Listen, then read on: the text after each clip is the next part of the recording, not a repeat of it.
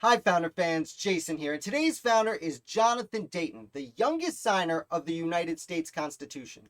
Now, when the Revolutionary War broke out, Jonathan Dayton was just 15 years old, and in his first year at Princeton, and he decides he wants to leave and join the fight.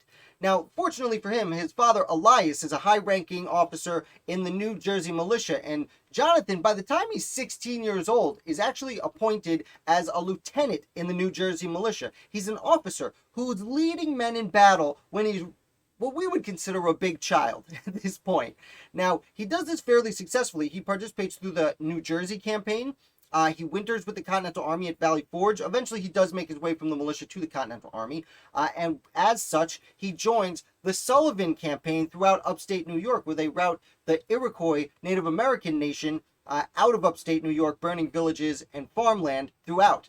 It's after this happens, he's actually captured by loyalists, and he spends the winter of 1780 to 81 in prison, in captivity, but he does get released and exchanged in the following spring. Now, this is fortunate for him because he makes his way back to the Continental Army just in time to join the Battle of Yorktown, and he fights in Yorktown and is successful there, as we all know. After this, Dayton returns to New Jersey and studies law again. He gets his law degree and still in his mid-20s is actually appointed to, or elected, I should say, to the New Jersey Assembly. And that assembly sends him to a little event going on over in Philadelphia that we now call the Constitutional Convention. And Dayton spends almost the entire summer in Philadelphia. He, as I said, he's the youngest person there, so he does not really participate a lot in creating the Constitution. He's more of an observer and votes yes to more or less what New Jersey wants, the rest of New Jersey wants to vote yes to.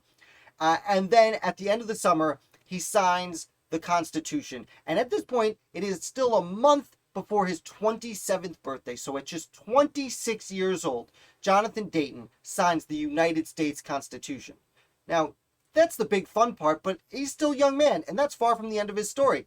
He's actually, a year and a half later, elected to the first United States House of Representatives session as an inaugural member of the new U.S. government. He spends about a decade there, spending 4 years as Speaker of the House, which means he's controlling the debates. By that point, he's in his early 30s, but still, he's a fairly young man, controlling much of what's going on in the United States Congress. After this, before he even turns 40, he is then promoted by the state to the United States Senate. He becomes a United States Senator, and he helps run the nation.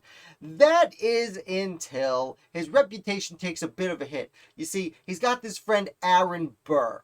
You heard of him? Yeah, Aaron Burr. And unfortunately for Dayton, Aaron Burr, after the duel with Hamilton and everything goes wrong and Burr's not vice president anymore, they're still friends. And Aaron Burr tells Dayton about this great idea he has to go, maybe, we're not sure what he was doing in Louisiana or Texas or New Spain, as it was then known. But he was going to rally some men and go into New Spain and start some kind of settlement.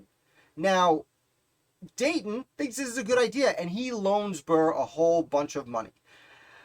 In hindsight, Burr may have been trying to start a new nation to declare war on the United States. We don't know. Maybe.